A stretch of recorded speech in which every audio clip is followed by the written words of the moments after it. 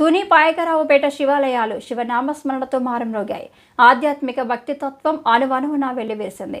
లింగోద్భవ కాలంలో లింగ స్వరూపంలో ఉన్న పరమేశ్వరుని దర్శించి భక్తులు తన్మయత్వం పొందారు. తపోవనం ఆశ్రమంలో సచ్చిదానంద సరస్వతి స్వామీజీ వారు స్ఫటిక లింగానికి విశేష పూజలు నిర్వహించారు. తాండవ కాశీక్షేత్రం కుమ్మరిలోవలో శ్రీ సచ్చిదానంద సరస్వతి స్వామీజీ వారి ఆశ్రమంలో శివరాత్రిని పురస్కరించుకుని ప్రత్యేక పూజా కార్యక్రమాలు నిర్వహించారు.